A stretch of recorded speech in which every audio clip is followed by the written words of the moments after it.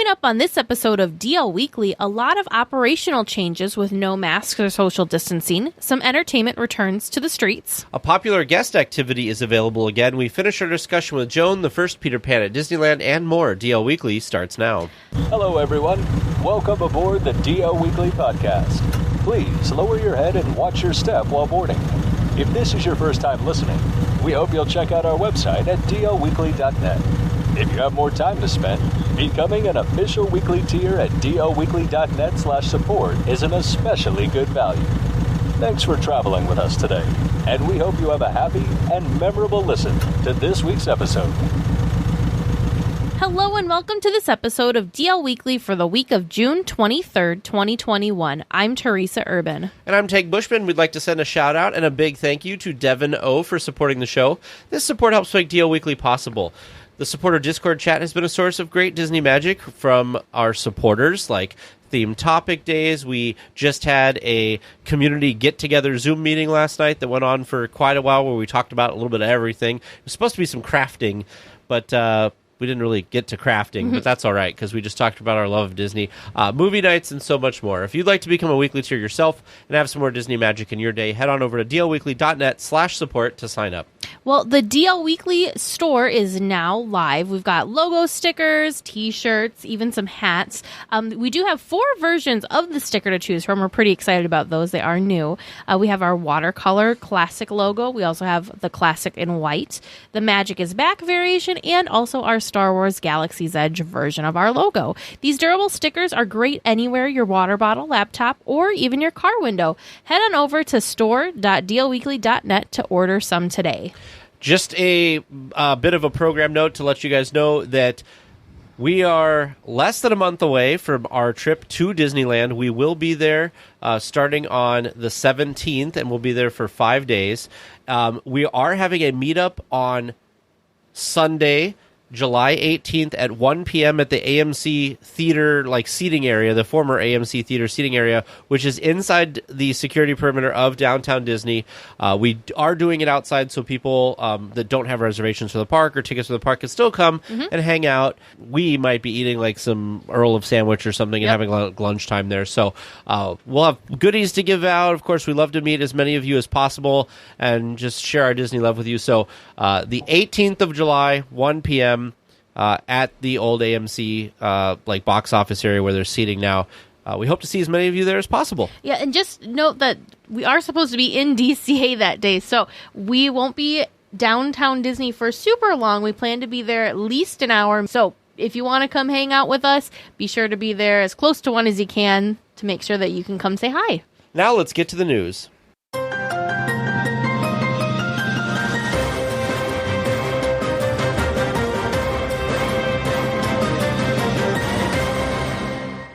Since June 15th and the drop of the blueprint for a safer economy restrictions in California, what has changed at Disneyland? Well, a lot, but most of it is good news. Indoor queues have returned. Mix that with the removal of social distancing and attractions returning to full capacity at the parks. The parks feel delightfully empty. Dining location capacity has also returned to or at near capacity, which makes finding a place to sit and eat a lot easier. Mobile order availability has been reduced, allowing more standby ordering to happen, easing the strain to get food. Stores have also returned to full capacity, removing the need of one-way entrances and exits of all retail locations. So, of course, they're making shopping much easier, too. So, I'm happy. I can get on and off my attractions quicker. I can follow the Disney winds in my stomach to eat what I want to eat. I don't have to try and, order everything with mobile order in the morning. And they're making shopping easier, too. Yes. So, of course, everybody is very happy that you can now queue indoors. Yes, that's huge. Allows a lot of the congestion that was out in the walkways to go away, which makes everything seem way less crowded than it was before. The fact that they are fixing the mixture of mobile order and standby, I think, is great. Yep. They said almost all of the outdoor patios have returned to 100% capacity. There is still some indoor dining restriction capacity limits. They haven't returned all the tables and stuff to all of the locations at this point. But most of the places that have an outdoor patio, full availability. They said if you aren't trying to eat at the peak times, you should easily be able to find a seat, which is great to hear. So I know that a lot of people in our chat and our community were saying that one of the things that they kind of lament from all of this is the social distancing kind of went away. People liked not having other groups of folks on them. Yeah. So, you know, it was a little extra magical to have your own little it's true. bubble in the lines. It just, it was nice. So it'll be interesting when we go to see what that's like, because the last 2 times Tag and I were in a park was Walt Disney World, and then of course for Touch of Disney, and you know, so we've been used to the distancing thing, so it'll be interesting to be in a park without that. I'm still hoping that people, you know, since we're not fully out of this yet, I am still hoping other guests are respectful and won't be as close as we're used to pre-pandemic, because there were times that people would be like accidentally stepping on the back of your shoe because they were that close to you in line, or little kids would be playing and bump into you, which, I mean, totally normal, right? But when you've got 6 feet of distance in between you and the other parties, there weren't people. If you see me in a line at Disneyland, watch out for the stink eye, because I'm going to give the stink eye if you get too close. So just stay like a foot or 2 away from people. I think that's Give a people good some distance. space. Disneyland is a magical place, and part of what makes it so magical is the entertainment around the resort. Well, this week, a couple of those entertainment options returned. The Disneyland Band is marching down Main Street, and the citizens of Buena Vista Street are performing on a stage in front of the Carthay Circle fountain. No word yet on when the rest of the entertainment, like the Dapper Dans, will return. This is so exciting, and rumors are already flying as to when people think Fantasmic is going to be returning, or other entertainment like the Pearly Band, and the parade. And I was thinking about the at the Coke Corner, the pianist. Yep.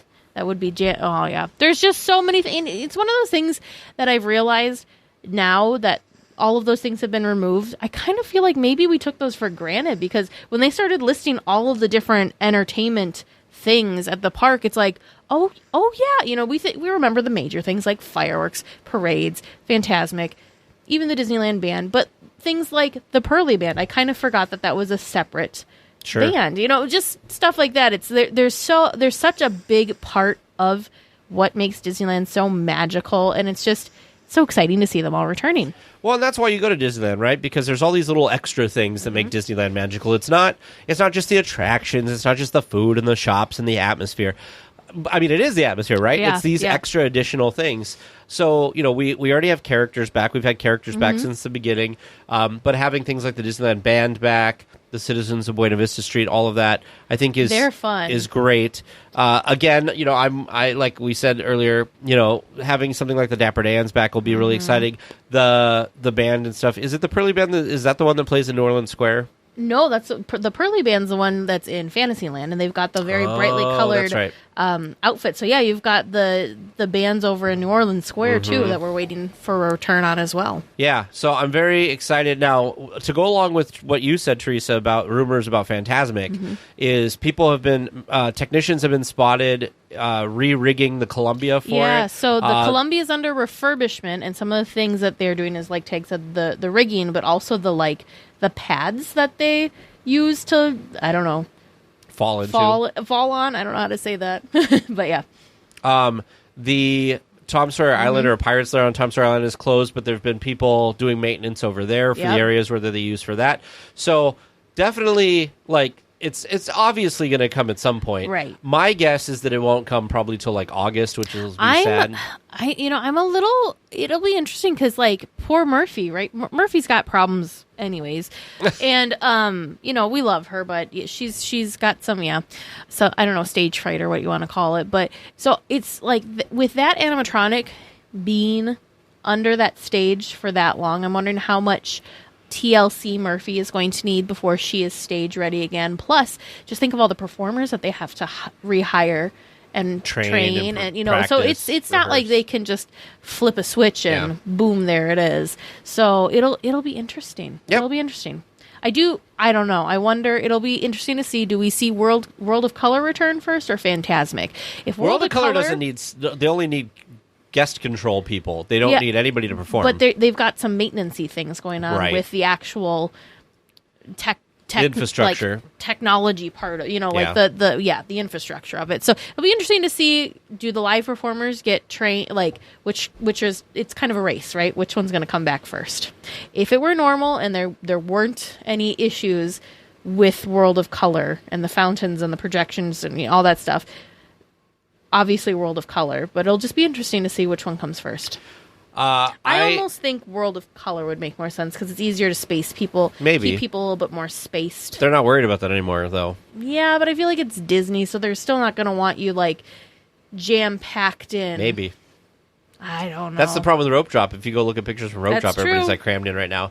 I'm excited because I want the parades to come back because Magic Happens was around for like 2 weeks before the parks closed. Happens, yeah. I'm still. I was just listening to some Disney music the other day with producer James in the car, and we were listening to the Paint the Night soundtrack, and we were talking about how much we missed that parade. So it'd be cool if they can't get World of Color going. Perhaps they should try to get some people trained and bring back Paint the Night for their nighttime entertainment over there. Yeah. If it's going to be a longer process. Yeah, who knows? Who knows? Because again, with the parades, you've got all the people to hire and train and all that. It's no easy feat. No.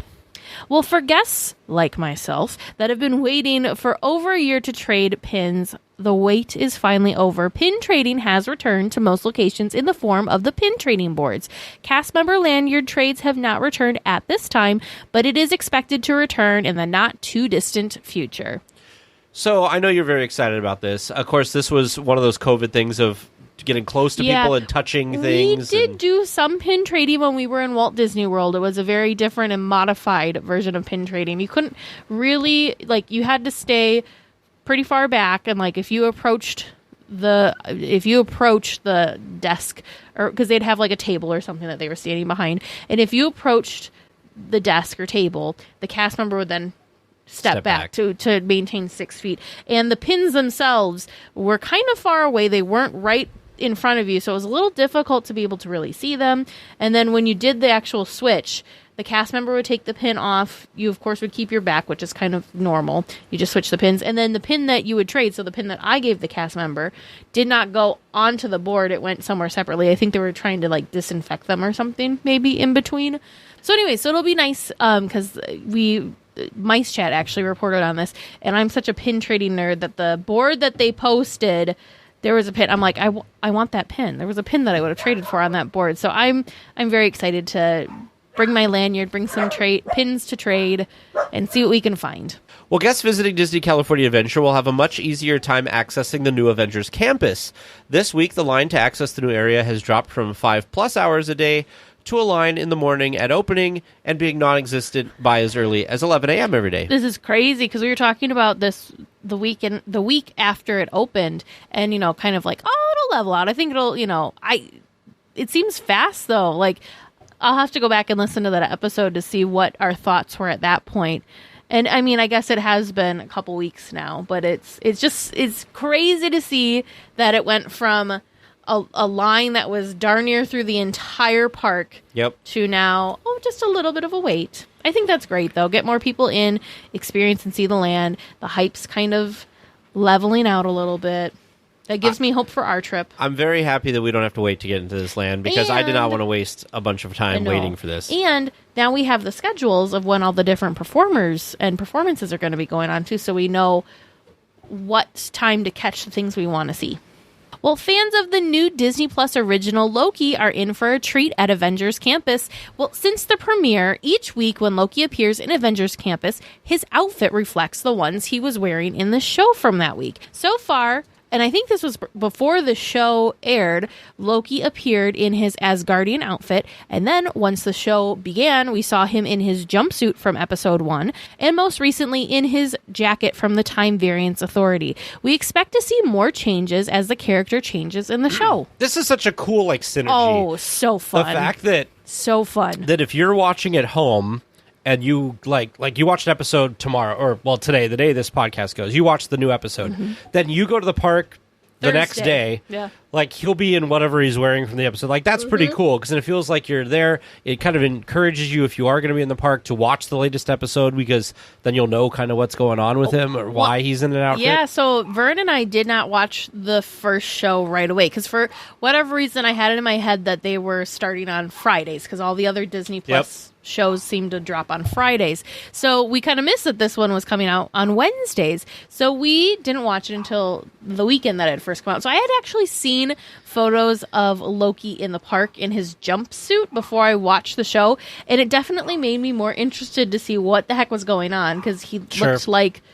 Right, it looked like a prisoner uniform. And you're like, what mischief did he get up to now? So I think it's really, really fun to keep the excitement building for the show. I don't know if we talked about it last week, but I think it's important to know for anybody who does have Disney Plus. So Loki was their highest, viewed thing for that Wednesday. Was their highest premiere. So they're actually moving their Friday premieres to Wednesdays now. Really? Yep. So I have mixed feelings on that. Yeah, in the future Fridays. they'll move it back to Wednesdays because whatever. So I don't know. It's an interesting thing. I'm glad that they're like trying different things. Personally, right now, what I really like is I like that Loki comes out on Wednesday and the Bad Batch comes out on Friday because then I don't have to try to like get through 3 or 4 different episodes over like the weekend. I don't have to wait as long for a new episode of something I'm interested in. That's true. So I watch something Friday, and then I wait, and then on Wednesday I watch something, and then again Friday. So I'm not just like waiting 7 days for the next new thing. Be interesting if they did things like Marvel releases were on Wednesdays, Star Wars releases were on like somehow because they don't ever have 2 Star Wars. It doesn't seem. Yeah, I could be wrong. They don't ever have 2 new Star Wars things dropping every week. They don't ever have 2 new Marvel things. They space them out to like same thing with how they don't drop the entire season on there. They're trying to like make us savor and enjoy it for longer because otherwise if it was all there everyone would just sit down and watch. So are you caught up with Loki now? I am caught up with Loki. Yeah, me too. I think it's interesting. There's only 6 episodes to it. I was reading a thing about it. There's only 6. Aww. So whatever's going to happen is going to happen pretty soon. Although, has to happen quick. What I do enjoy about it is the episodes have been longer than, like, let's say, The Mandalorian. Because some of the Mandalorian episodes felt like you blinked and the episode was over. Yeah. I'm hoping that the Miss Minutes photo op is still in DCA when we're there. Do you know what her character in Loki reminded me of? It reminded me of Jurassic Park with Mr. DNA. Oh, yeah. It reminded me of that a lot. There you go. It appears that the virtual queue test for Indy has been discontinued with the reopening of indoor queues and social distancing relaxation. The attraction, just like the other attractions in the park, has returned to full capacity, making the line move quickly for standby guests. You know, I'm not surprised by this, and it made sense. I know that a lot of people weren't very happy about it, but it did make sense to a point that they did have the virtual queue because they were very limited on space, and it's a very popular attraction. Did I understand why you would go into a virtual queue to then be called to then stand in another queue before you could go? I didn't quite understand that part of it, but I understand the need for a virtual queue instead of a physical queue, especially because at that point when they put it out there, we didn't know when restrictions and these guidelines were going to be loosening, and I'm sure Disney knew when they were planning to have the Jungle Cruise finish and reopen. So with having part of the queue in the Jungle Cruise queue for Indy, obviously that wasn't going to work. You couldn't have 2 queues in the same area. So it made sense. However, I am glad that we can just go check out Indy whenever we feel like it and that we don't have to have the queue. I just hope this is still, like, I hope the Fast Pass doesn't return before we get there because I am excited to spend actual queue time in the Indy queue that has not been that way since Fast Pass has been around. Yeah. So I'm very excited to actually like be able to look at some things in the queue and not feel like I'm holding up everybody else who's rushing through. What's interesting is I guess I don't know why they do the Indy queue how they do it. If you work at Disneyland and know the answer to this question, I'd love to know. Because the merge point for Fast Pass is still outside. Yeah. So all of the cool stuff you've already merged. Like, it's already one line now. So why do they not let anybody in, like, the caverns and all that stuff? Why do they make you walk past all that stuff and don't have the queue winding through the caverns and, like, where the... Because there's no third row that Fast Pass people can walk by all those people. Because there's just two. There's walk in, and then there's a path to walk out. It's I get split in that. two. Well, but there's no way to bring Fast Pass people up. No. I'm saying they merge you, so why do they keep that gap?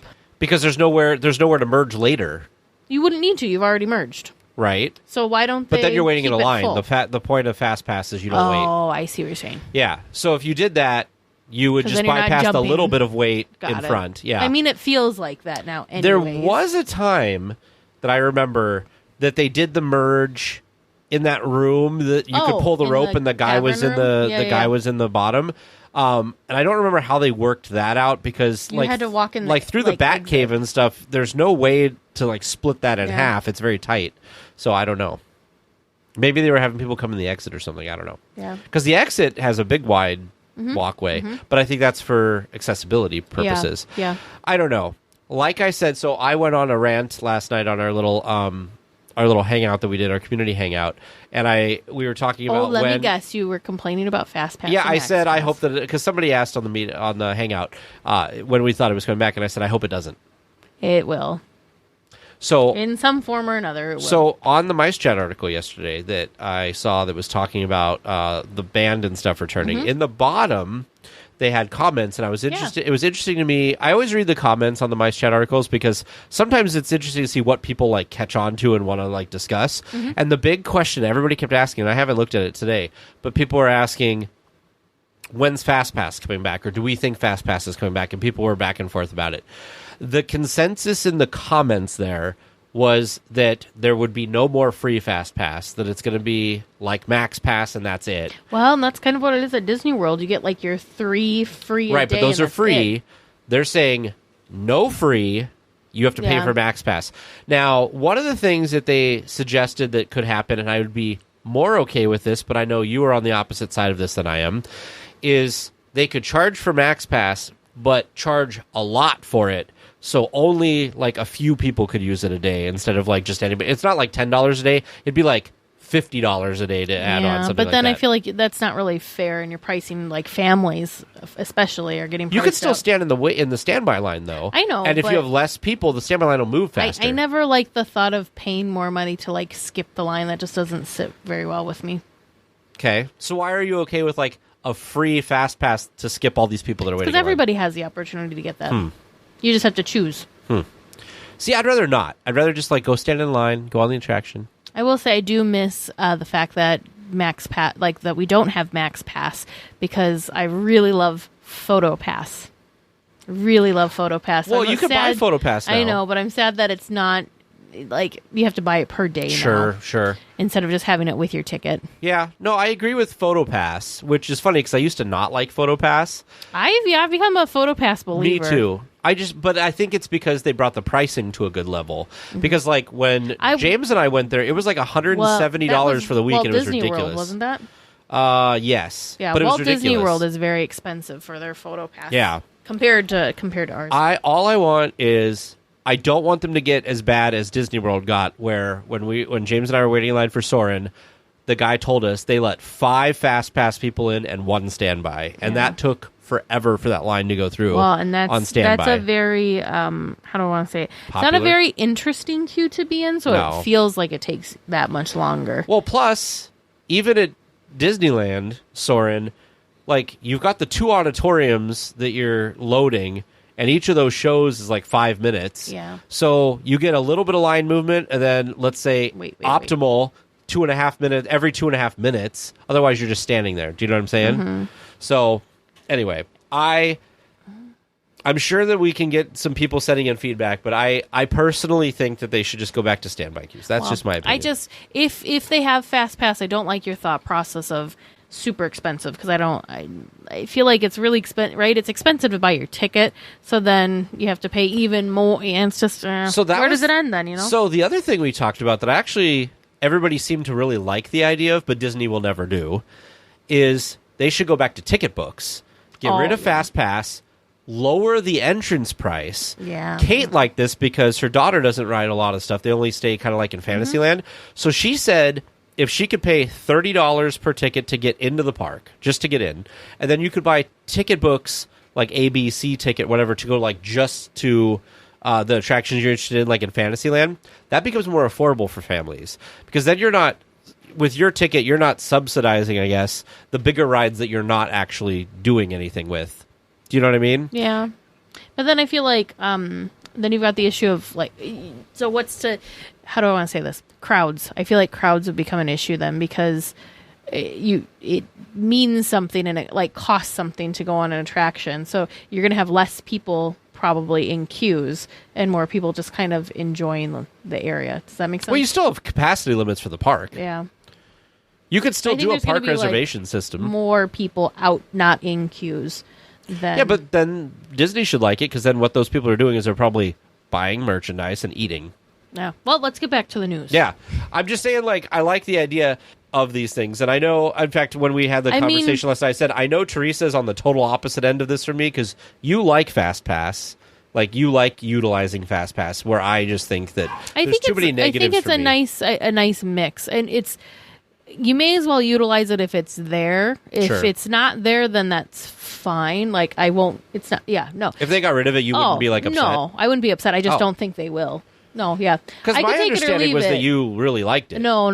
I could take it or leave it as far as, but how do I want to say this? If there's a world that Fast Pass exists, then I'm going to figure it out and like use it, maximize it, and use it to like the best I can. If it doesn't exist, that's fine. You're like Thompson, maximize your time in the parks. Yes. Yes, I do. I will say that I do very much like having the wait times on my app, though. Oh, yeah. That really helps with planning stuff out. So that has nothing to do with Fast Pass per se, but that's the one thing that I really would be upset if they got rid of, which they're not going to get rid of that either. No, and I think that's like a good quality of life thing for guests. Oh, yeah. To have that in there. Well, and it's easier for the cast member too, because then they're not constantly being asked, "Well, what's the wait over at Alice in Wonderland?" Or and it sets expectations, right? Because I mean, you remember when we used to work in retail together. One of the things you learned through training was you're supposed to say hi to the next customer in line because that like resets their like weird internal clock, and then they don't feel like they've been waiting as long. So that's kind of what like the wait times is they can give you a wait time. Let's say it's a half an hour, and if they get you in 20 minutes, then you feel really good. You're like, that moved really quick, even though it's like you still were in line 20 minutes. Sorry for the total offshoot, but I think it's interesting. It's an interesting conversation. You know, this is a very interesting conversation, and I feel like we'll have a better grasp at what the real plan for the parks is going to be once they announce the replacement program for the annual pass program. They have been saying like it's a membership type thing. They've been very careful not to say the word annual pass again. Yeah. They've said it's like a membership program. So I feel like that might give us a little glimpse as to what the overall plan will be for the parks. Because, that'd be a great time to introduce.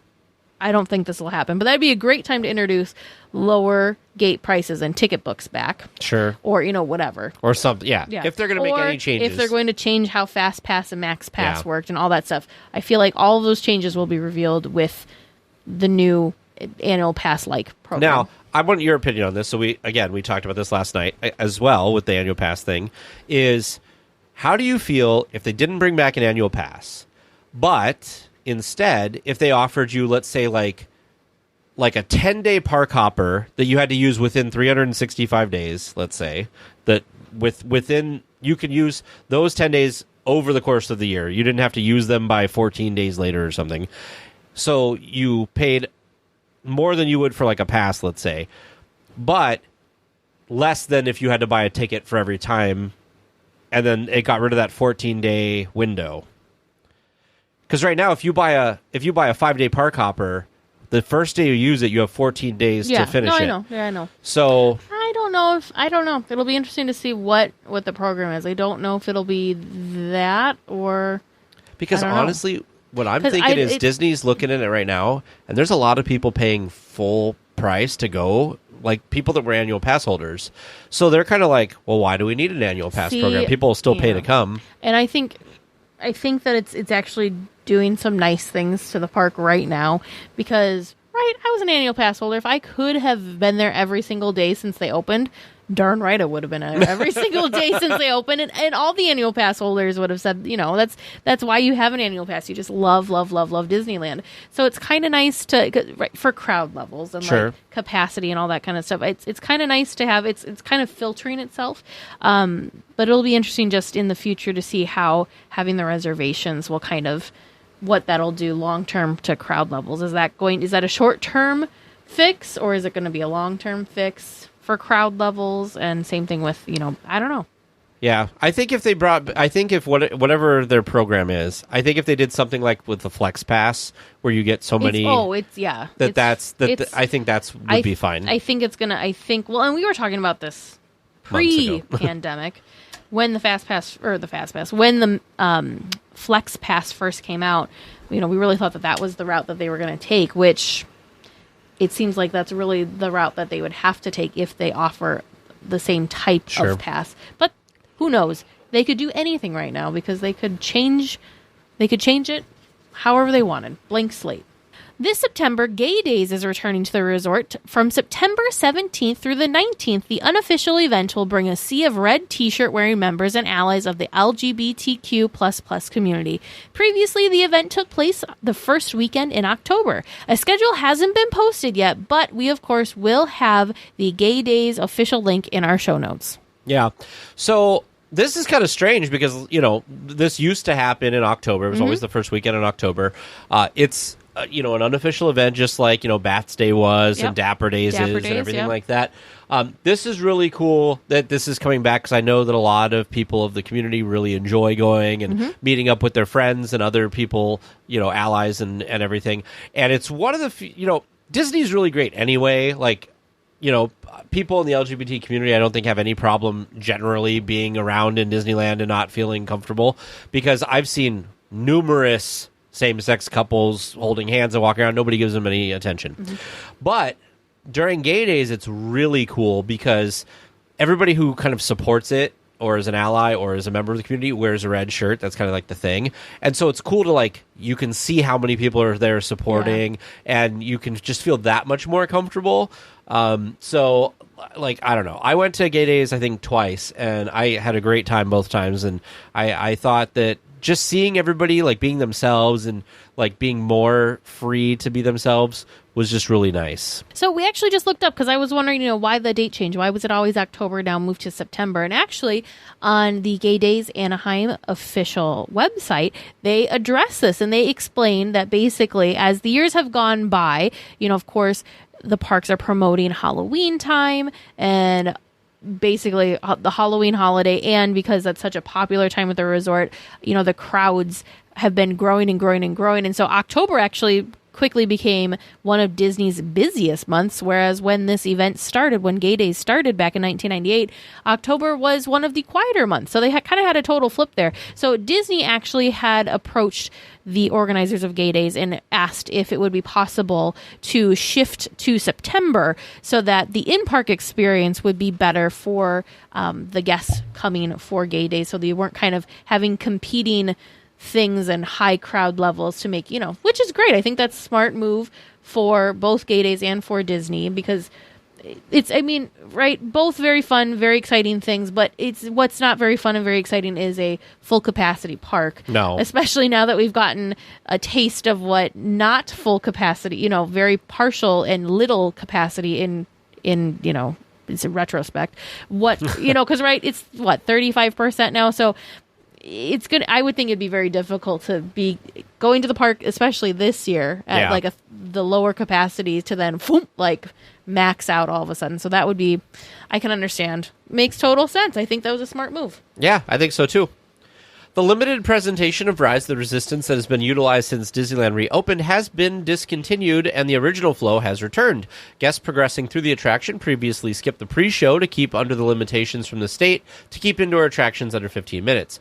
With the limitation dropped, the full pre-show is back. I know you're super excited about I am very excited. I am hoping that when we are there that we can get a boarding group for this, and I'm hoping that it is smooth sailing. In fact, I've heard was it last week? I think last week they hit the record for the amount of boarding groups that they've been able to get through in a day, and I think it was like 300 and something. It was like 355 or something. Yeah. It was crazy. So I'm hoping that stays. I'm hoping that means the attraction has been operating really well, because I know like in Disney World they were having some breakdown issues and stuff. So we were there in August, which was like a month and a half after Disney World opened.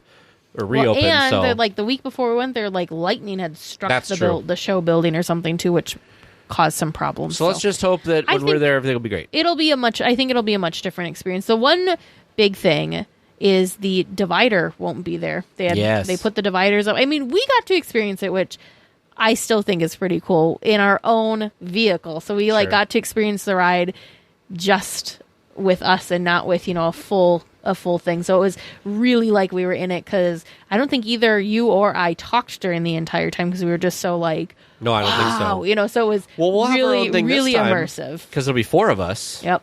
So, and I don't think they're doing single rider stuff yet. I don't know if you can help yourself to like not point stuff out to James though. We've watched videos. Like, it'll be fine. Oh. Maybe you sit up with James and I'll sit back with Vern, or Vern and James can sit in front of us and we can sit in the back. We'll put the first timers in the front together. There you go.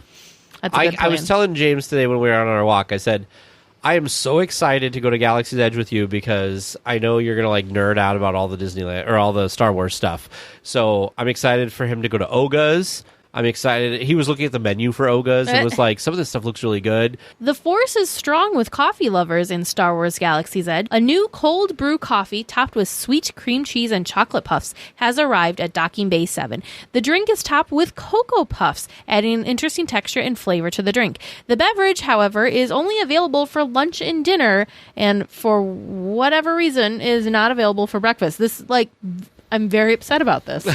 You were telling me earlier that you were very excited because I usually always get a coffee at the Starbucks on Main Street, or the Starbucks just as you enter DCA. That's my thing. I always grab a Starbucks and start my day.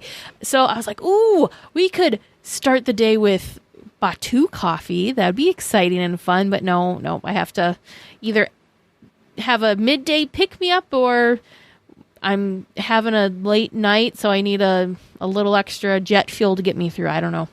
So I think it's interesting that it's not a breakfast thing. I don't know. I think it could be interesting. The idea of like a coffee drink with like the sweet cream cheese and like the Cocoa Puffs on top seems like an interesting combination. The Cocoa Puffs are purely there for fun, I would think. This like a cold brew coffee with sweet cream is this coffee sounds right up your alley, though. Mm-hmm. Oh, I'm excited. Well, hopefully it's there. A favorite unique set of items have returned to Star Wars Galaxy's Edge. The Detonator Coke bottles have been restocked, replacing the plain Coke bottles that were available when the parks reopened. It was kind of sad and like a little strange to have these not be at Galaxy's Edge, because they were very cool. Super, super cool. I know you bought one just to bring it home. You didn't even drink it. No. Well, I don't like Coke. Like I don't like cola. It's not even a Coke thing. I didn't buy a Sprite one because I thought the Coke one looked the coolest. But I also don't think I'll buy another one just because, like, I feel like they're really expensive, because I feel like you get less drink in the bottle, and I think it's more expensive than normal drink. Yeah, I don't know what the ounces are on it, so I guess I don't know that for sure. But, I mean, it is pretty dang cool. They are really neat. They're super neat. And I think the only place you can get them is Galaxy's Edge, so that makes them even more cool.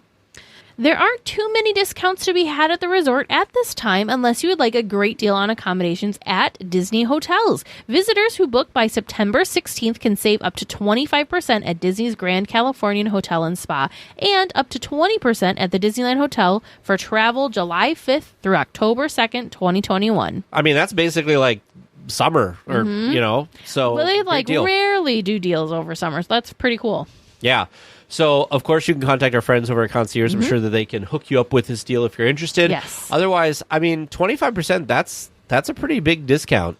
That is. That's a great, especially with the pricing on those rooms, 25% is, quite a lot. And if you've already booked your hotel prior to this, and it is during that time, you can contact them and they will give you the discounted rate. Wow.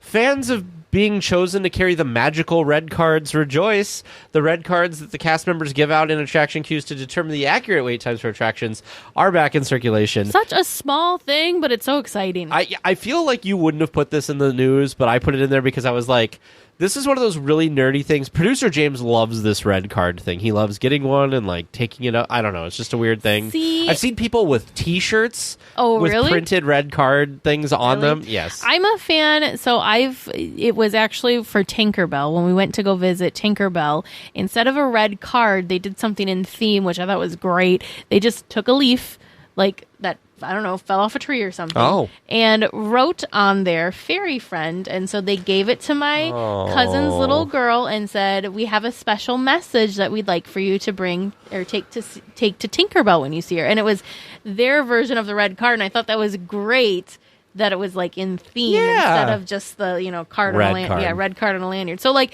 I don't know, you could do like some sort of like pirate coin or something for pirates. And you could do, they could have a ton of fun with this if they, I think the problem is that people will like take those things. Yeah, that's true. Like a leaf, it's like big deal. Yeah. Even But the red cards, I think people special. Like she felt so special and she was so excited about it. I took a picture even with it. It was awesome. very, very fun, very magical. It's almost like, we've talked about a lot of times with like the custodial cast members like drawing characters in the water. It's like something so small, but people love it. Exactly. That's awesome. Psst, avast there. It'd be too late to alter course, mateys. And there be trivia questions lurking in every cove, waiting to be answered. Listen close and keep your ready Disney knowledge handy. That'd be the best way to answer correctly. You come seeking questions and long-lost Disney information, eh? Sure, you come to the proper place, but keep a weather eye open, mates, and hold on tight with both hands, if you please. There be squalls ahead, and James and Vern waiting for them what don't answer correctly. And welcome to Trivia Land with producer Vern, where we're going to have 4 questions tonight, plus a bonus question. We're, again, going through, cleaning up some of the old trivia questions from before we had the listener-submitted questions, and we'll also be using some listener-submitted questions tonight. Let's get right to it. For our first question tonight, or today, whenever you're listening to this, listeners at home, our first question is from listener Matthew J. For most of its history, Disneyland Park has had a rocket spinner attraction. By what 4 names has this style attraction been known? Rocket Jets was the one in the 80s. The Astro Orbiters now. What was the one that was up on the platform? That was the Rocket Jets. It's had 4 names, you say? That's what I said. Oh, man. So Astro Orbiter, Rocket Jets. What was it originally? Because originally it was on the... Was it on the ground and then they moved it, or was it up and then they moved it back down? I think they've always had it on something. No, because they had one that was on the ground when Disneyland opened. Yeah. That's the only 2 I know. So I'm already at 50%. Astro Orbiter, and you said the rocket ships? Rocket Jets. Jets. Rocket to the Moon was a different attraction. Rocket to the Moon... I'm trying to think of like other... was the attraction... It was like the indoor attraction, yeah. Yeah. Oh, I don't know. I feel like it should be pretty easy, like rocket to space or blast off to space or something. Yeah. I don't know. I'm like shocked that there's 4 different names. We will have to wait to find out for the answers because we definitely didn't give you all 4. No, not at all. Is that your final answer? No, we're not. Not starting off well at all. So we've got Rocket Jets and Astro Orbiter. And that's your final answers? Yep. Yes. Okay. Question number 2, submitted by listener Chris M. What's the name of the highest hill you traveled over on Skyway buckets? Hint, it's where Matterhorn is today. Oh, what was that? Holiday Hill. Yeah, Holiday Hill. Is that your final answer? Yes. Yes. Question number 3. What 3 characters could you meet at the Star Wars launch bay? Ooh, Chewie. Chewbacca. Vader, and I thought you could meet, like... couldn't you meet Kylo Ren for a while in there? You could meet... Yeah, that's what I was just going to ask. When was this question? Because Rey, you could meet Rey in there. That's true. You could meet, Kylo. I've also seen... Oh my gosh, what are they called? The sand people or whatever that walk, like, in the brown... hooded whatever. Oh, the sand people. It's literally what they're called. Okay. I don't know. I've seen Tusken Raiders. Tusken Raiders. Thank you. I've seen the slang term was that. No. Are the Raiders? One could argue that's a racist term. Huh? Some could argue that's a racist term to just call them sand people. But are the sand? Maybe I'm not thinking. Who are the ones that are the like scavengers? Jawas. Jawas. Maybe it was a Jawa that I saw. Yeah. I feel like I'm forgetting like a really obvious one, and I don't remember. I don't know. It's not you can't meet R2-D2. It wasn't like Leia or Luke or anybody. Not, yep, and it's not like C-3PO. Yeah. It's not Yoda. These would be pretty cool meet and greets, though. But I've met Chewbacca. Was it Boba Fett? I don't know. I've met Chewbacca, and I have met Rey, and I know that you could have met Darth Vader for sure. Yeah.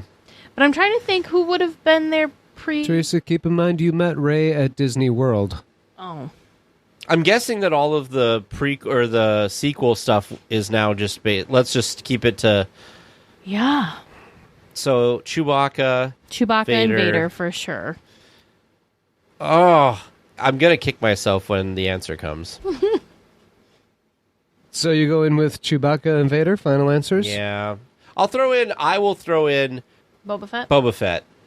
Because he seems he'd be one. Maybe a storm. No, wouldn't be a storm. Like, who would want a picture of the stormtrooper? I've seen Phasma wandering around in Disneyland. That's true. Phasma did do the like March of the First Order in Tomorrowland, but I don't know if that was a meet and greet. But the question was, could you meet at Star Wars Launch Bay? Yeah.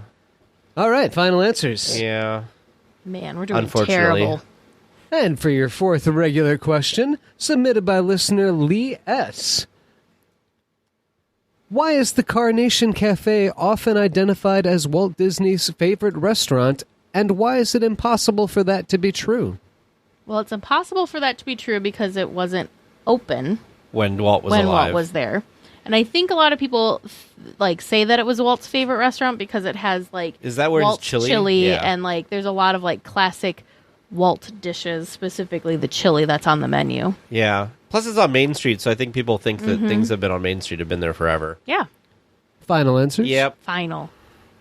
Too bad we don't have the ability to phone a friend or something.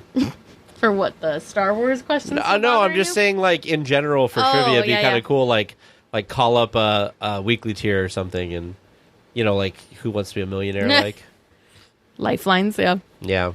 And for your bonus for tonight, Adventureland wasn't the original name the land was envisioned to have. What was it originally developed to be? It was based on his True Life Adventure series, and that's why they did the Jungle Cruise. And the Jungle Cruise was originally supposed to have live animals, but I don't remember what the name of the land was supposed to be originally. Maybe it was just supposed to be True Life Adventureland. Or just True Life Adventureland. Yeah, maybe. I'm going to say True Life Adventureland, even though that's kind of... I'm going to say just True Life Adventure. Okay. And you're leaving off land? Yes. And are those your final answers? Yes. Yes. Okay.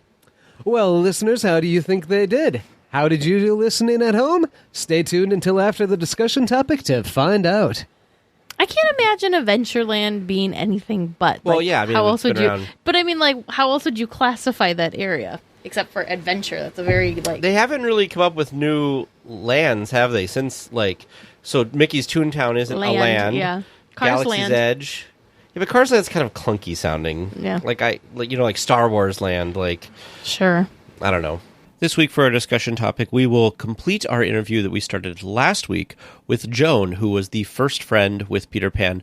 Once again, there are some not safe for magic spoilers in this episode, so if you would like to avoid that, you can either listen with caution or just skip to next week's episode if you're interested in that. So please enjoy our conclusion of our interview with Joan.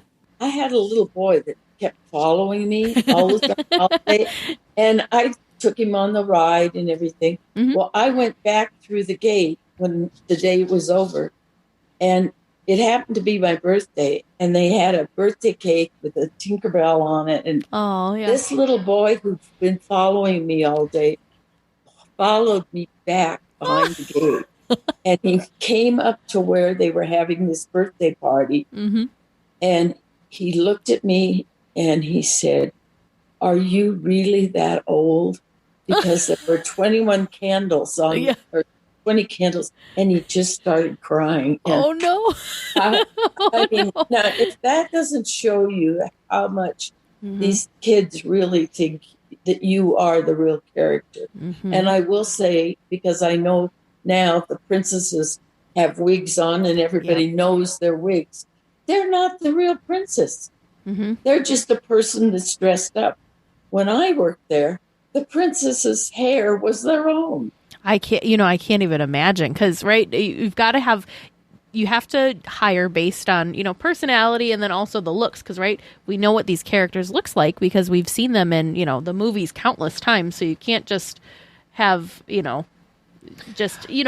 have to look, you have to make it believable. So the fact that you're finding someone that looks like, say, Alice, and she's got the right color hair and the correct length, like I can't imagine what it was like for casting and trying to find these think about people. this, But yeah, though. how much more realistic? Think about this, though, Teresa. Back in the 60s, Disneyland was the place to work. That's true.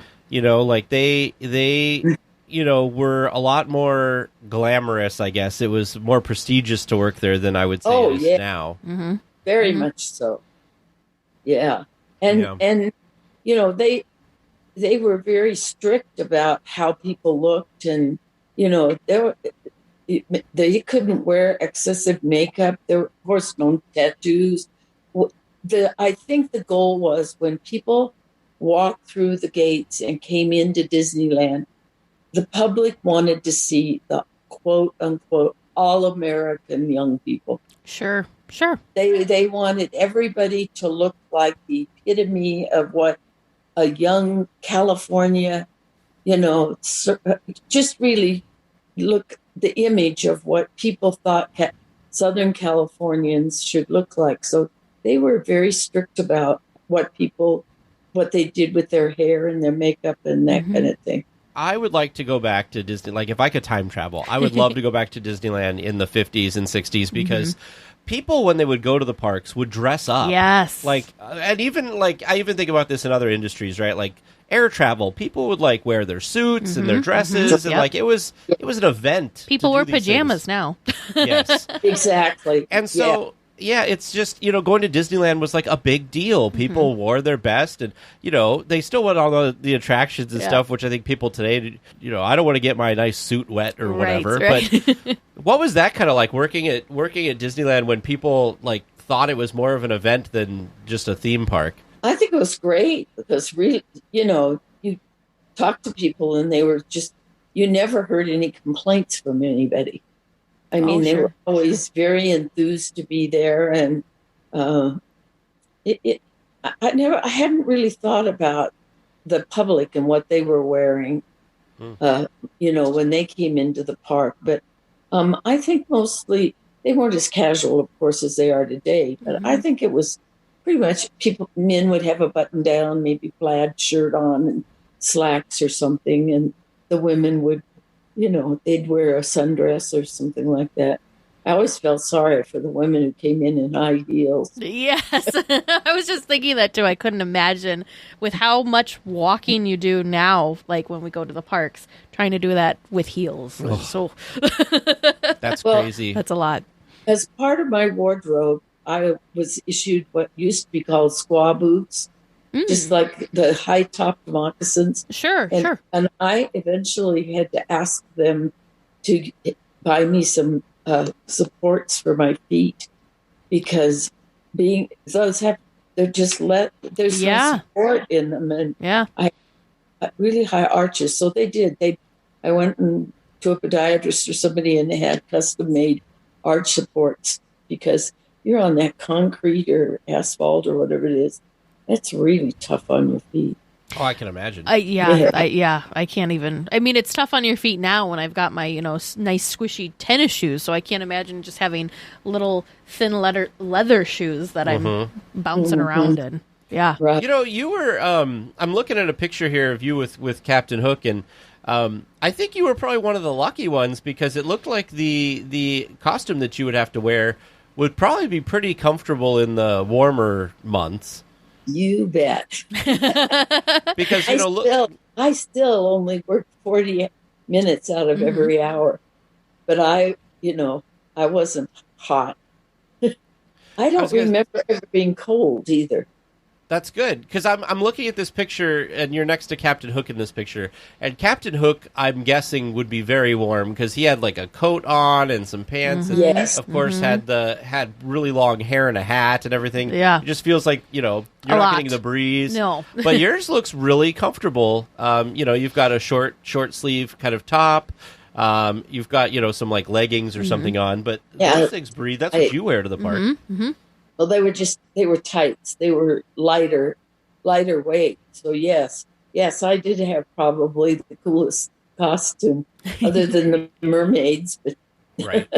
they were stuck in the fin or whatever. Yeah, that's true. Yeah, you could at least move around. They were just kind of had to stay put. They didn't have very much space. Right. That's so crazy. So what were maybe like what other characters, or did you have any people that you bonded with that maybe you've stayed connected with through the years? We heard about the football players throwing you a party. Actually, no. No? I was married at the end of my first year I worked there. And we came back, and my husband had lifeguarded at Huntington Beach State Park and then lifeguarded in Long Beach. And we were both going to school at Cal, and they wanted me to come back. And I ended up working full time at Cal, and it wasn't feasible. Jim was going to pilot training, and our lives had changed completely. And so the 2 summers were all that I ever worked there. And but to have a whole family that's worked there now. That's really cool. I have 2 great grandsons, who one of them would be 3 next week, and the other one is 7. And they've grown up in Disneyland.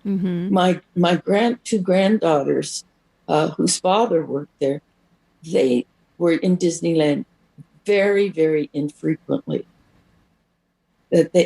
Although Heather, the oldest one, works there now and has since she was in high school. So obviously the Disney rubbed off on her. Yeah. So I feel like, you're the one that kind of started this family, maybe intentional or unintentionally started this tradition of your family working for Disney. So what is it like now? So, you obviously were in the parks in the early 60s. So what has it been like visiting between, the time that you worked there to present, and seeing all the different changes and being able to share all of this with, generation after generation with family? What's that been like? Oh, I think it's really cool. They like to hear my stories, I think, or maybe they just patronize me. I have no idea. Oh, I'm sure they enjoy it. And we don't go to Disneyland very much because whenever we're in California, it's blackout. Oh, sure. And, we've been in enough times, and we've been in California Adventure, which I really, really love. And I've been to Disney World, and Disneyland will always be in my heart, no matter what.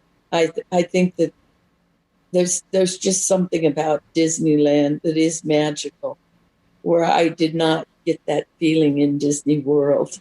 Yes. Yeah, it is different. And I think part of the charm of Disneyland was the fact that it pushed the creativeness of the Imagineers and the people that, are responsible for the space, because things like the stretching room at the Haunted Mansion wouldn't have existed if it wasn't for them having to try and we only have this little tiny space. We got to try and make this work. So, we need an elevator. So then suddenly that became the stretching room. We wouldn't have really cool things like that, because Disney World, they have it they have the stretching room, but it's not an elevator. It's just, there for a show. I like Disney World for different reasons than I do for Disneyland. In fact, we just spoke with Evan, who does graphic design he works in graphic stuff for Disney, and he's based in Florida and does a lot of stuff for the Orlando parks. But he's done some stuff for Disneyland too. But he kind of explained that, he's been to both resorts and thinks that, Disney World, kind of is the grand kind of big, place, and Disneyland is more of the more how did intimate. he describe it? More intimate and more stuff. intimate, So- more charming. The other nice thing too with Disneyland is with it being older, you have everything feels more like lived in. So your the trees are more mature and everything's kind of filled in more. So like Adventureland's just so cool with how much that really does feel like a jungle. Even and, California all that Adventure, though, we're just waiting for Yes, things to mature. yes. 'Cause it's, it's been 20 years now, but, plants and stuff like that and trees take time, decades. So, yeah, I'm excited for what all of that stuff will look like when it's, aged a little bit more. It's getting better. Even, the Grizzly Peak area and stuff like that over by the Grand Californian, all those things have grown. We saw Chippendale playing there. Yes, we did. Those things were not nearly as cool looking 20 years ago when it opened. So Right. So when you were in the parks as Peter Pan, so you said, what was it, the second year that Captain Hook and TikTok the crocodile came out? So did you get to do kind of little, how do I want to say this, playful things with them? Did you guys kind of play off each other in the parks, or did you just nope, that's my nemesis or whatever, I'm going to stick over here? Well, actually, I really spent a lot of my time right by the tail of the crocodile. That's because right. the kids wanted to come and jump and ride on it. I mean, and every time he'd move, he'd have... So kind of what was going on was I was trying to keep these kids off his, I'm sure it would take him off balance. And oh, yeah. it was, and I don't know whether they used it after that 1 year or not. I know they have a crocodile now, but his tail is really short. Mm-hmm. Yeah, and they have it saw. up against his back more so Yeah, now I think it instead curls of up, yeah. instead of on the ground. yeah, because I guess back then they didn't have the what do they call those cast members that kind of the handlers. Yep. Yeah, the handlers. I guess you were the Crocs handler back then. Yeah, I think protector. Yes, we were not entertainers. I don't know how to say that. We were more atmosphere and there for the public to approach us and to talk to us and greet us. We didn't go and put on a little skit somewhere. Those people were an entirely different part of Disneyland, in the parades. And my email is Peter Pan Joan, and I show my picture with Walt. I have small ones, and I show them to a lot of people, and particularly when I give them my email address, and I'll tell them why that's my email, and then I'll say, I'm going to show you a picture so that you will remember me. Mm-hmm. And so service people and nurses and everything, they remember me because they've seen my picture with Walt Disney. Yeah. I don't show any of the other pictures. That's what the people are interested in, is the fact that they've got a picture with Walt Disney and a character that they know, that they've seen. And this picture, again, we will be sure to share this with our listeners. It looks like it could have been a postcard or some sort of promotional. I mean, it's such a perfect and almost like in its own way iconic picture, because it's Walt, but then the fact that you've got all of the different characters riding and hanging their heads out of the monorail, it's just it's perfect. The age of the cars. Yes, and then the cars. Yes, exactly. The cars down below.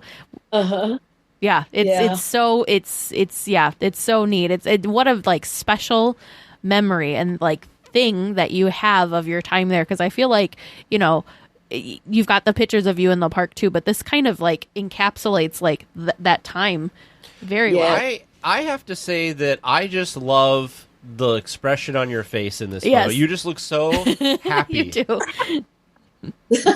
Well, hey, I was happy. How many times do you get to sit next to Walt Disney. I mean, that really, and then to have it memorialized with a picture, which I always thought that they were, they have postcard cards all over with the characters, and they never did have one with me on it. I don't know. I think this one could be a postcard. Yeah, I think so too. Well, it's ancient. But that's what makes it so cool. Like, it's just a freeze frame in time of what, still the parks, but just the parks have, the monorail doesn't go through a parking lot like it does in this picture. So, it's really cool because it's a really great snapshot. Yeah. And plus, you can't hang your head out of a monorail now, No. Or put your arms out to wave. It's very cool. I'm surprised, and looking back on stuff like this, it's so interesting to me because, we've talked about it on the podcast before that, when Disneyland opened, Disneyland was not the Disneyland we know today. Like, today's Disneyland is very polished, and everything is, perfect, and everything kind of goes together.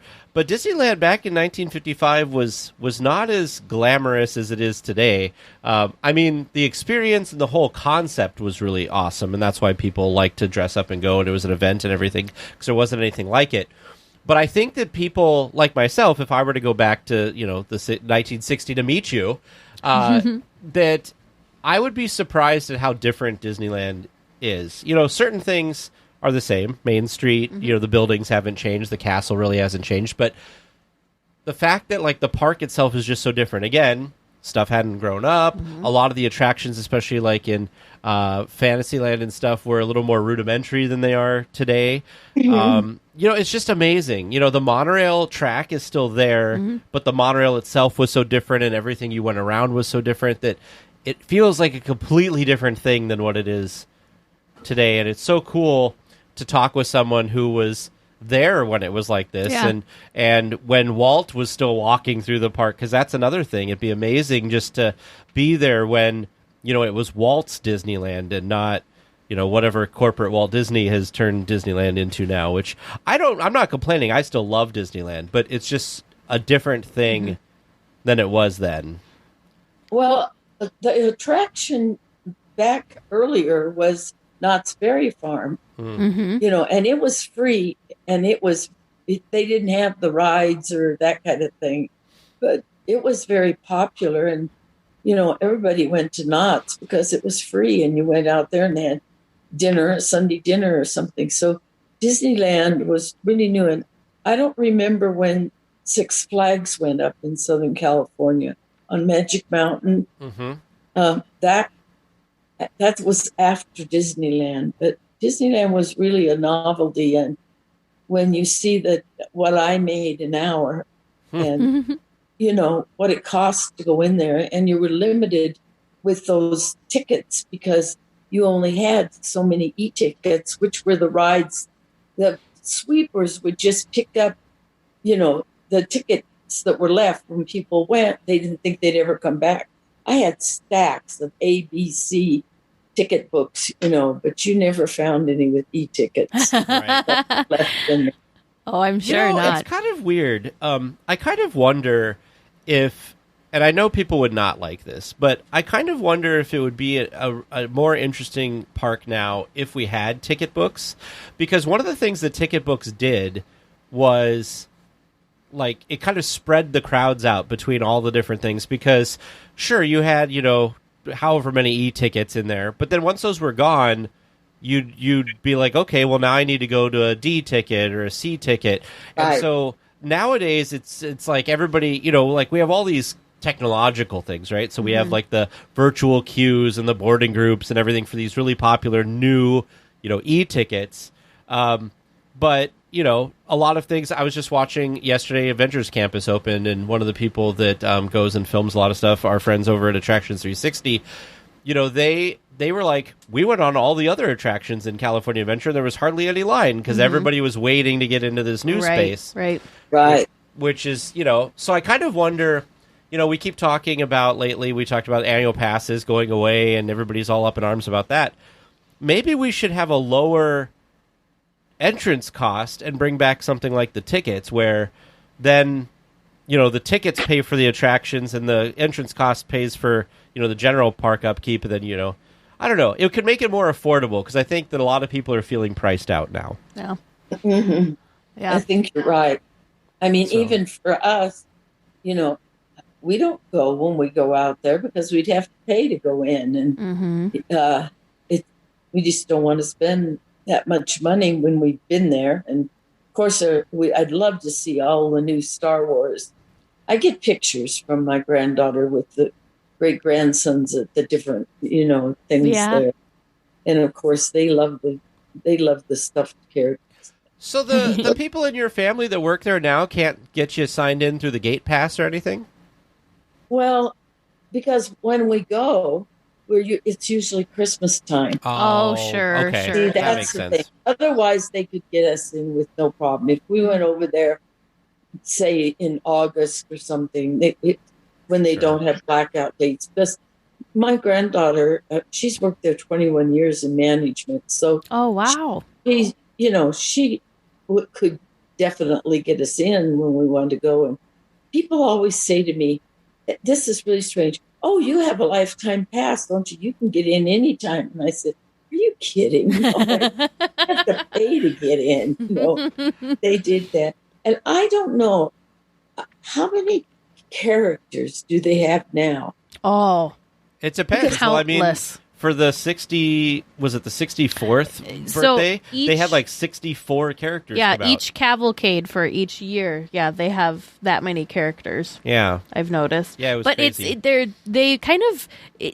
I would say when you go to the parks, just on an average day, I guess I would randomly guess Couple dozen, maybe? yeah, per park, like maybe like 20 to 30, maybe. And I feel like that's probably a high count, but I'm going to include who you see in a parade and who you see Sure. walking around. But then there's all these other characters that they bring out for like special events, so characters that you don't see very often. And actually right now they're bringing some of those characters out for the distance meet and greets, like Clarabella the cow, Yeah. or Clarabelle the cow.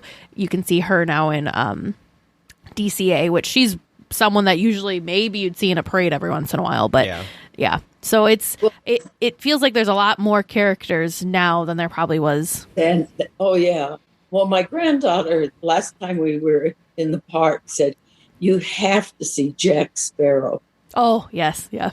She said oh my gosh, he was the epitome. I mean, talk about a person matching up the Yeah. character that people expect to see was really something. I don't know how long he's worked there, or Right, if they only had the one, but boy, was he good.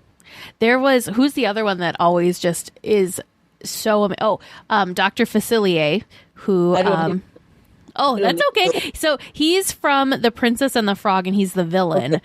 And he does a he great kind job. of, I think his role is kind of what yours was, and is just provides more ambiance, because he just kind of wanders around New Orleans Square. And the other character that I think is just incredible to see in person is Jack Skellington, who comes out for like Halloween, and I think he's there for Christmas too. But his mannerisms, his movements, and I mean he's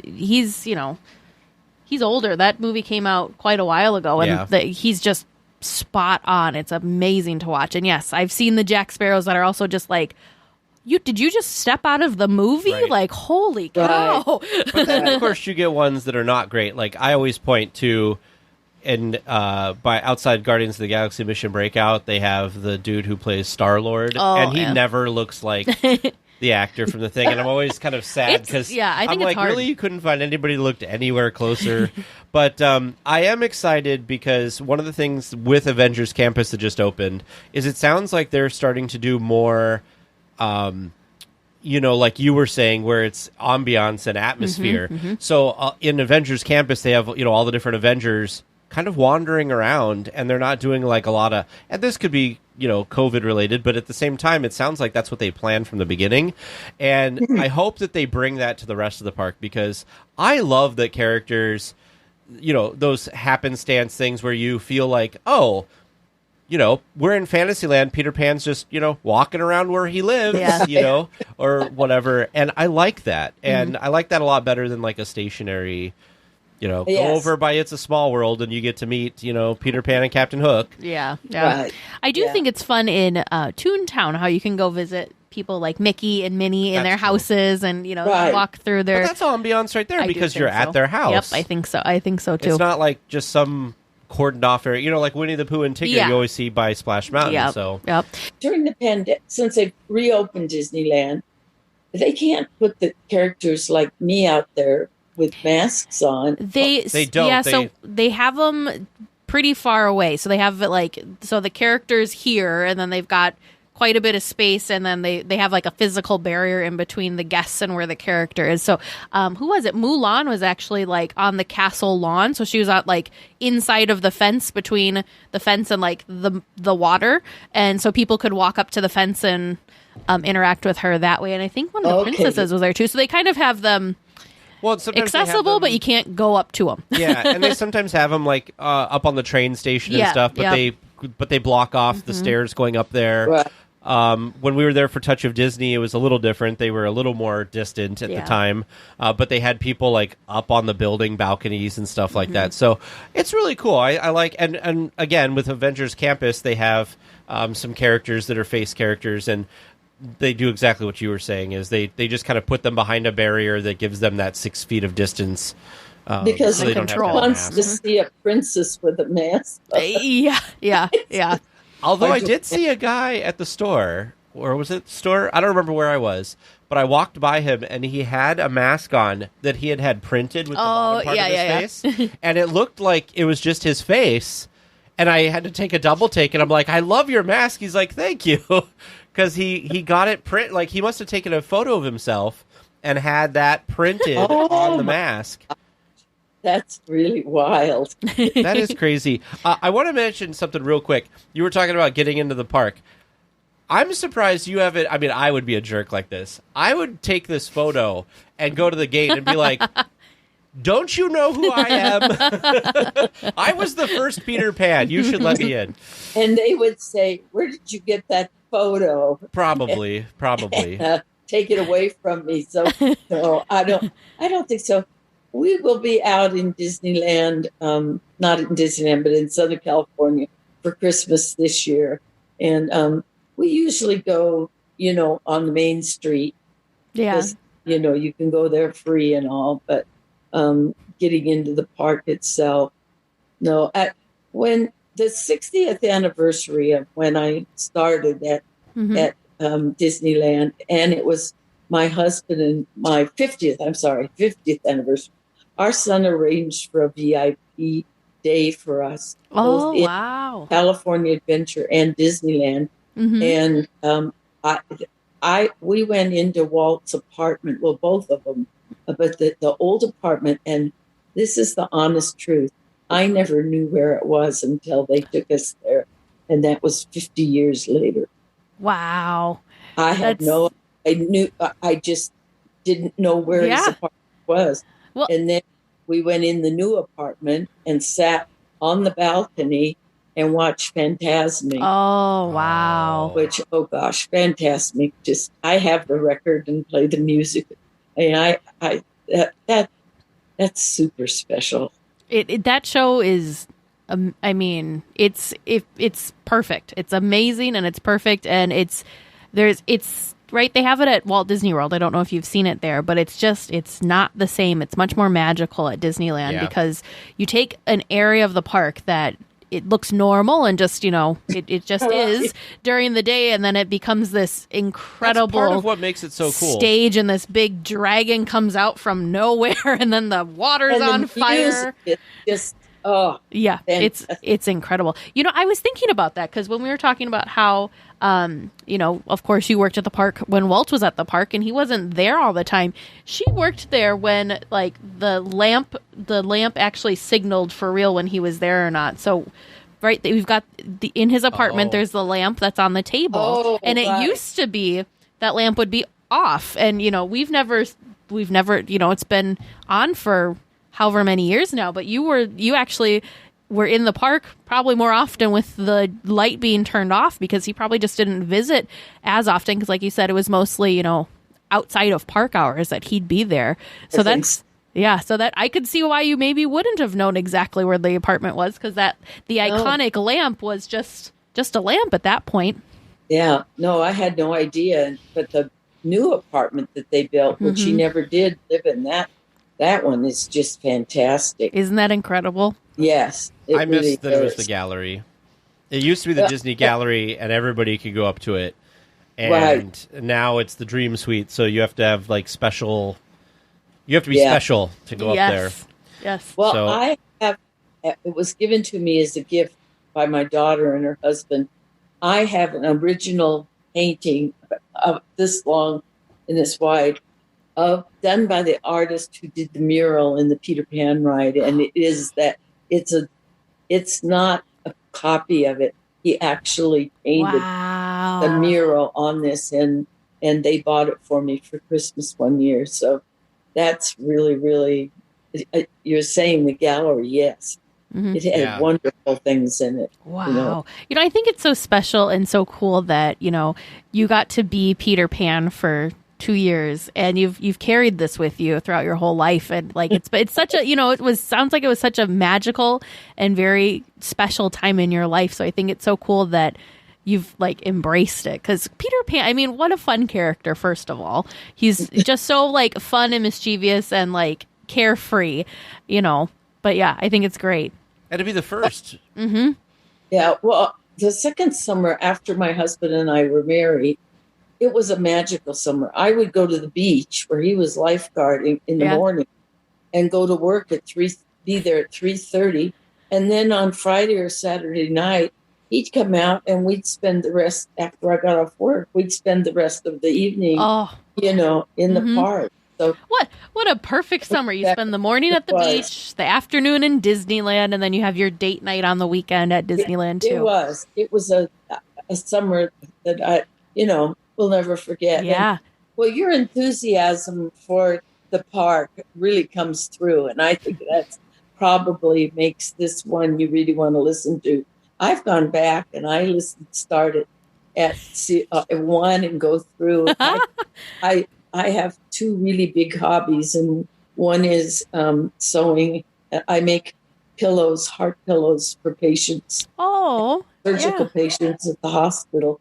And then I'm really a crafter. I make greeting cards for everyone in my church for their birthday and their anniversaries. Wow. So I listen to podcasts while I'm doing this, because the podcasts you listen to, so you can be doing other things. So I really have gotten into, and I've listened to some of the other, Disney, but I'm not really interested in Disney World or hearing about it. Right. Yeah.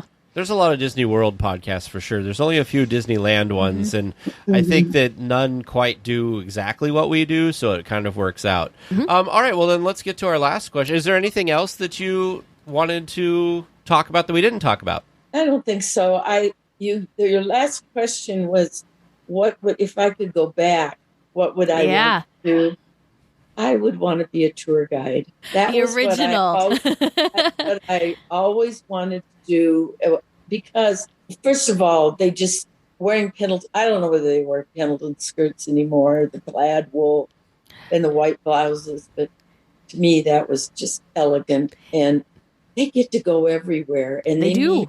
They meet people, very interesting people from all over the world, and celebrities. And I was in the park one day and I saw a tour guide with some people, so I knew they were maybe somebody that I would recognize.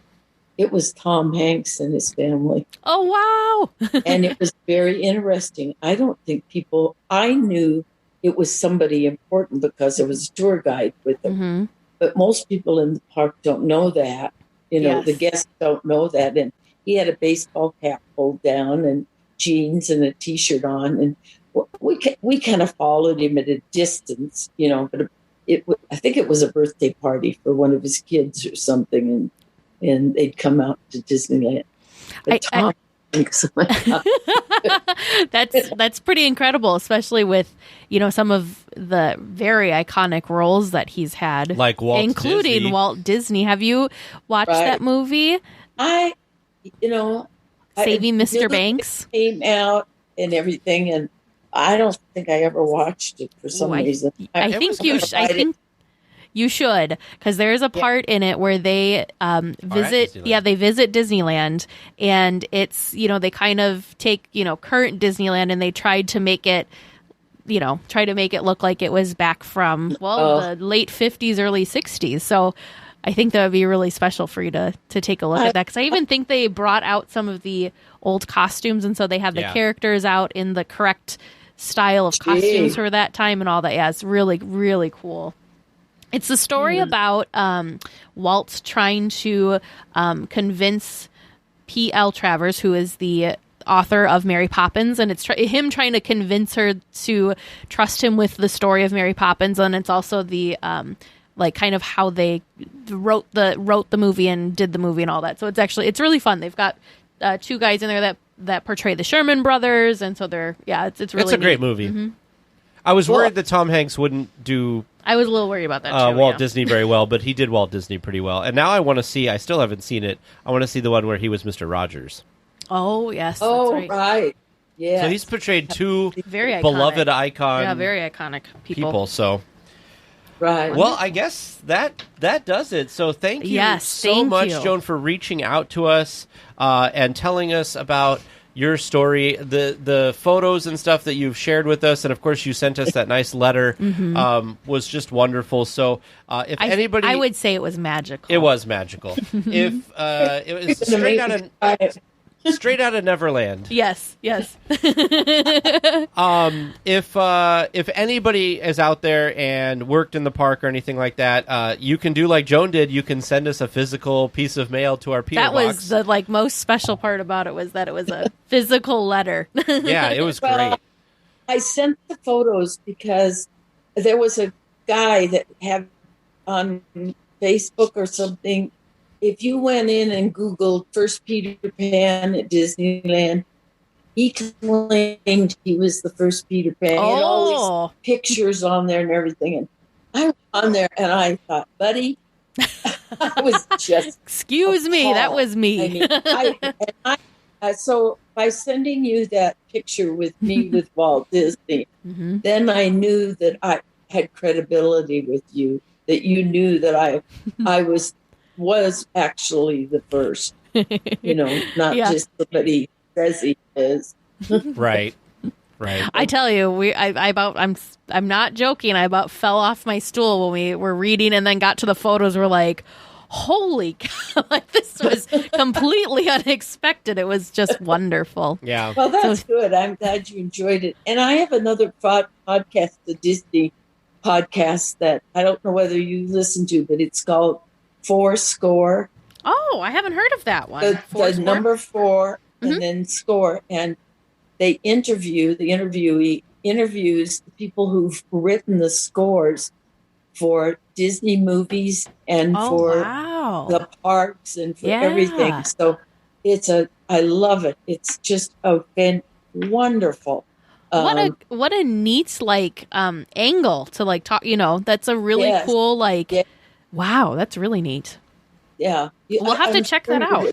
You would enjoy it. And the last one I listened to was the young lady who did the music score for the whales on the National Geographic series. Wow! And the person who does the interviews is extremely knowledgeable and really pulls, good things out of the people. And I've just really, because I love Disney music. That's like I told you, that music at the beginning of your podcast really has a hook. Yes, it does. Now, I hate to tell you this, but we actually, because that was Fantasmic music, we actually are transitioning off of that. We're trying to not get in trouble with Disney. Yeah, we're trying to get rid of their copyrighted material, because when we've been posting on YouTube, we get flagged for it. So we are trying to... Which is breaking our hearts, because we love it so much, too. So we're trying to find something comparable, which feels impossible. Yeah. So we're trying to... We've got a voice actor who's going to do a new intro thing for us, I think. And then we've also got, we're trying to get some score picked out and figured out. So that should be coming soon. Well, I get out of my head When You Wish Upon a Star. Yeah. Played right That's another. to the castle. Yes. Over and over and over. That's another one that's just pulls at your heartstrings, doesn't it? Yeah. Yes. We have not said goodbye to We her haven't? for the podcast. Oh. No, we got all off topic. Never. We never get off topic. I don't know what you're talking So about. thank you, Joan, so much for spending this afternoon. Yes. I don't know what time zone I guess you're in an earlier time zone than we are this morning with us. It was lovely hearing about your stories of being Peter Pan in the park and some of the stuff from the 1960-1961 year. And thank you so much. It was my pleasure. Thank you. Looks like we're coming in for a landing, gang. But please stay listening until trivia comes to a stop. And then you can walk to the nearest exit. Thanks for listening to the 8th wonder of the world, DL Weekly. Well, you had a rocky start, but then you came out strong near the end. Well done there's for you hope. tonight. There's hope. Yeah. So, your first question that was submitted by listener Matthew J. For most of its history, Disneyland Park has had a rocket spinner attraction. By what 4 names has this style attraction been known? Oh! Dumbo. The flying elephant.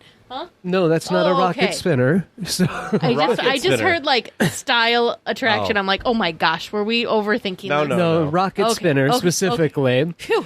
So, what we were looking for, well, your answers were the rocket jets and the Astro Orbiter. What we were looking for was the Astro Jets from 1956, the Yes. Tomorrowland Jets from 1964, Dang it. the Rocket Jets from 1967, and the Astro Orbiter from 1998. So see, you I were- knew the Dang it. last 2 because I've ridden the last 2. Yeah, and dang it. The Tomorrowland Jets, definitely. So you are awarded 2 points for those. As soon as he said them, I'm like, yep.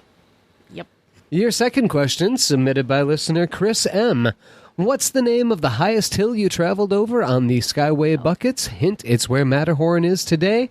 You both got that right with Holiday Hill. Woo! They had to put something there because all the teenagers kept going up there and making out. I know, it was funny because when he first answered the question or asked the question, I was thinking like Lover's Lane. I'm like, no, that wasn't actually what it was called. But that's what it made me think of. But that's what people I think referred to it as. And our third regular round question, what 3 characters could you meet at the Star Wars launch bay? Gosh. Now this one, We listed all of the stuff. well, and see, this one, when it was originally written as a question, was back when we first started doing trivia, and it was before we had the listener submitted questions. And so before I considered it as a askable question, I did research and double-checked what the correct answer would be. And instead of the original 3 answers that we would have accepted, I doubled it up to 6 acceptable answers based on We have hope. things, or based on new things that are now characters you can meet at Star Wars Launch Bay. So really I should have said, what 6 characters could you meet at Star Wars Launch Bay? Sure. But I wanted to stay true to the original question.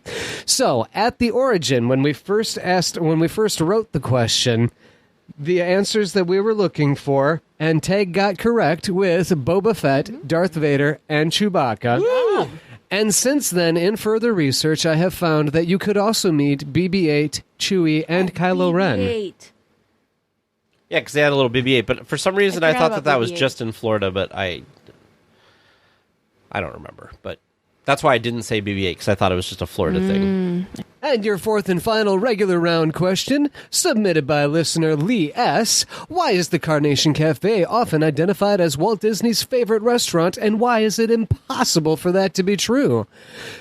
The answer given by Lee S. and expanded upon by Tag, because of the Walt's favorites items on the menu, such as his chili. And then also because it's on Main Street, and Walt was regularly on Main Street, and it couldn't possibly be Walt's favorite restaurant. It didn't open until 1997, long after Walt was no longer with 97. us.